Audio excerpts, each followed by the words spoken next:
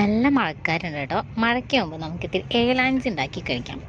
അപ്പം നമ്മൾ ഏലാഞ്ചി ഉണ്ടാക്കാൻ വേണ്ടി വന്നിട്ടുണ്ട്. എന്നെ ഹെൽപ്പ് ചെയ്യാനായിട്ട് നമ്മുടെ കുഞ്ഞിപ്പെണ്ണും ഇവിടെ റെഡി ആയിട്ട് ഇരിക്കുന്നുണ്ട്.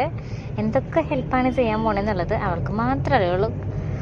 കുറേ നാളായിട്ട്, അതായത് ചെറുപ്പത്തിലേ തൊട്ട് നമ്മൾ ഈ പലഹാരം കഴിക്കുന്നുണ്ടെന്നാണെങ്കിലും പൊതുവേ ഇതിനെ ഏലാഞ്ചി എന്നാണ് പറയാന്നുള്ളത് വളരെ വൈകിട്ടാണ് കേട്ടോ ഞാൻ അറിഞ്ഞത്. നമ്മൾ ഇരിങ്ങാലക്കുടയിലൊക്കെ ഇതിനെ നമ്മൾ മുട്ട ചുരുള് എന്നാണ് പറയാറുള്ളത്. അവിടുന്ന് മാറി നമ്മൾ എറണാകുളത്തേക്ക് വന്നപ്പോൾ വീണ്ടും പേരിൽ ചെറിയൊരു മാറ്റം വന്നു, മുട്ടകുഴലപ്പം. അങ്ങനെ ഇപ്പോൾ അത് ഏലാഞ്ചി ആയിട്ട് നിൽക്കുന്നുണ്ട്. ഇനി എന്ത് പേര് വരും എന്നുള്ളത് ദൈവത്തിന് മാത്രം അറിയാം. അങ്ങനെ നമ്മൾ ഈ പലഹാരം ഉണ്ടാക്കുകയാണ് കേട്ടോ. നമ്മുടെ വീട്ടിൽ അച്ഛനും പിള്ളേർക്കും എല്ലാവർക്കും ഭയങ്കര ഇഷ്ടമാണ്. സോ വലിയ മെനക്കെടില്ലാത്ത പലഹാരവും നല്ല ടേസ്റ്റ് ഉള്ളതായതുകൊണ്ട് നമുക്ക് ഉണ്ടാക്കാനും ഒരു സന്തോഷമുണ്ട്. അങ്ങനെ ഞാൻ ഹെൽപ്പ് ചെയ്യാനായിട്ട് ചേച്ചിമോനും വന്നിട്ടുണ്ട് കേട്ടോ. പക്ഷെ 3 പേര് ഒരുമിച്ച് ഉണ്ടാക്കേണ്ട പലഹാരമൊന്നും അല്ല ഇത്, ഒരാൾക്ക് ഒറ്റയ്ക്ക് ഉണ്ടാക്കാവുന്നുള്ളൂ. അപ്പോൾ നമ്മൾ തൽക്കാലത്തിന് ചേച്ചിമോനെ പറഞ്ഞു വിട്ടിട്ടുണ്ട്. പിന്നെ നമ്മുടെ കുഞ്ഞിപ്പെണ്ണിനില്ലേ, ഈ തണുത്ത സാധനങ്ങൾക്ക് പിടിക്കുമ്പോൾ ഭയങ്കര ഒരു എക്സ്പ്രഷനാണ്. സത്യത്തിൽ ഈ മാവ് ഞാൻ ഇന്നലെ അരച്ച് വെച്ചതാണ് കേട്ടോ. ഇന്നലെ ഉണ്ടാക്കണം എന്നായിരുന്നു ഒരു പ്ലാൻ ആയിരുന്നേ, പക്ഷെ നടന്നില്ല. അപ്പോൾ ഞാൻ നേരെ ഫ്രിഡ്ജിലേക്ക് വെച്ചു. അപ്പോൾ പുറത്തേക്ക് എടുത്തപ്പോൾ അവൾക്ക് പിടിക്കാൻ വേണ്ടി കൊടുത്തതാണ് കേട്ടോ. പിന്നെ ഈ ദോശ ചൂണ്ട പരിപാടി പണ്ട് എനിക്ക് അത്രയ്ക്ക് അങ്ങോട്ട് പ്രാവർത്തികമായിരുന്നില്ല കേട്ടോ.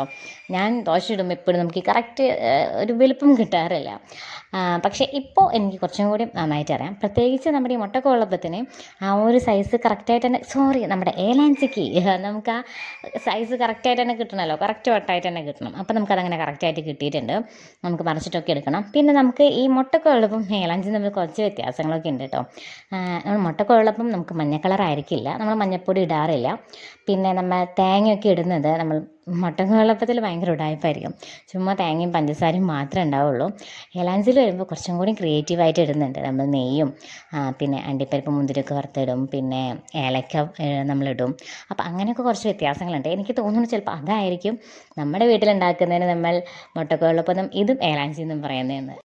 ഇന്ന് വൈകിട്ടത്തേക്ക് ഏലാഞ്ചി ഉണ്ടാവുമെന്ന് ഞാൻ ഇച്ചാനെ വിളിച്ച് പറഞ്ഞിട്ടുണ്ടായിരുന്നു കേട്ടോ. സോ ആൾ വീട്ടിലേക്ക് വന്നപ്പോൾ തന്നെ എന്നോട് ഏലാഞ്ചിയാണ് ചോദിച്ചത്. അപ്പം ഞാനത് എടുത്ത് കൊടുത്തു. ഇച്ചാനത് കഴിച്ചുകൊണ്ടിരിക്കുകയാണ്. ഇച്ചാന് ഭയങ്കരമായിട്ട് ഇഷ്ടപ്പെടും. അപ്പം നമുക്കിനി അടുത്ത വീഡിയോയിൽ കാണാം. അപ്പം ടാറ്റാ.